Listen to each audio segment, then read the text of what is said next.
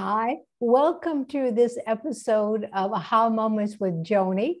And today what was percolating within me was the concepts we've been talking about, which is limiting beliefs and how those affect you, and your metaphorical suitcase that you open up and there's all your emotional baggage in there. So what I want to talk about, and in relationship to your journal. And so you've seen this before. This is my journal, which says, don't look back.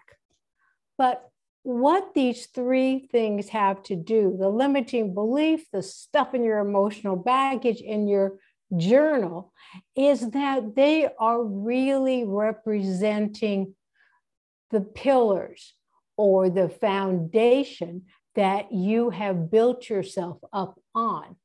And so it's important if you're remodeling and we're making changes that you know where the joists are and where the beams are so that you do it properly. So what I want to talk about today is, as I make a suggestion, I would like you to take your journal out, sit quietly, and think about two items that you had as a child, two toys that you had, and how those represent and reflect the arc of who you have become. So I will give you an example from my life. When I was a little child, I had one of these piggy banks that came from Mexico, and it had flowers on it, and I would put the money in there. And then I learned if you take a knife and you turn your piggy bank upside down and you stick the knife in there, you can get the money out. And so I would do that, and I would count my money on my bed, and I would put it in piles. And I felt so happy. I felt so rich. I felt so secure because I had all this money around me.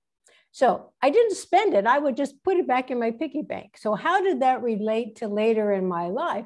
Is that as an entrepreneur, I have a warehouse, and I had to spend big amounts of money to put objects in my warehouse. So therefore I can sell them and make a profit. That I could do, but small amounts of money, $20, $100, $79. That still to this day gives me pause. So I have to sit back and think about that and write how that is and how that affects my concept of money, and to become more comfortable with my decisions about how to spend small amounts of money. My second one was I had a Tony doll, and a Tony doll was in the 50s. It was the predecessor of Barbie dolls, and they came in different hair colors. And so my mother bought me one. It was a red-headed Tony doll. And my next door neighbor, Joanne, had the same Tony doll, but her doll had blonde hair.